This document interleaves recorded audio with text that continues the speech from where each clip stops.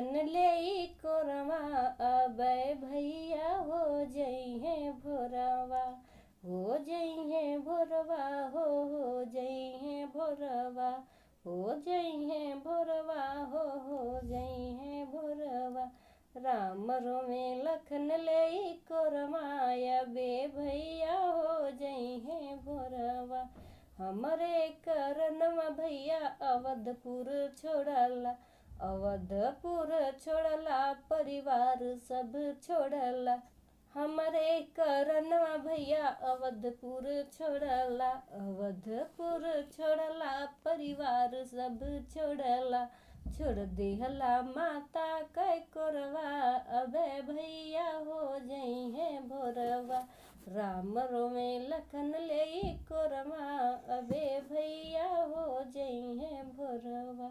हमरे करनवा भैया रण जेठान्या, रण जेठान्या लड़ैया जे कैला। हमरे करनवा भैया रण जेठान्या, रण जेठान्या लड़ैया जे कैला। अरे मार दिया बाढ़ दुश्मनवा अबे भैया हो जई है भोरवा।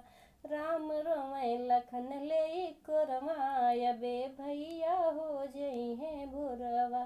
रानी उर्मिला के मांग सुनी हुई है, मांग सुनी हुई है सुहाग उजड़ जई है।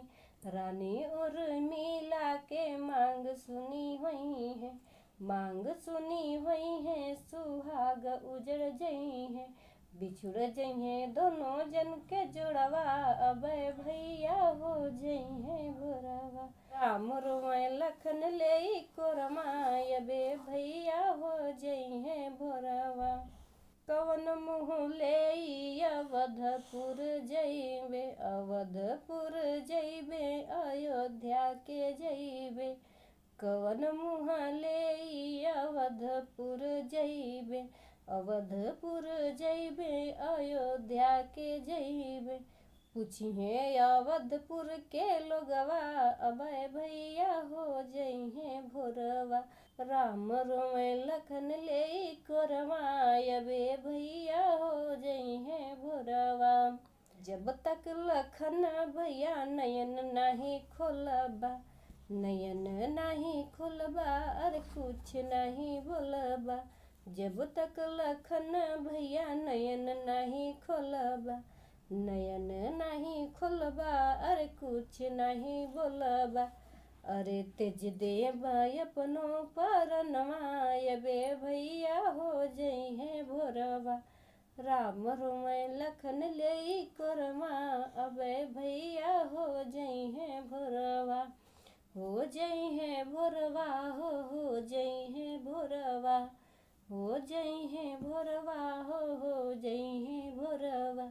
राम रोमै लखन ले कोरमा अबे भैया हो जई है भोरवा।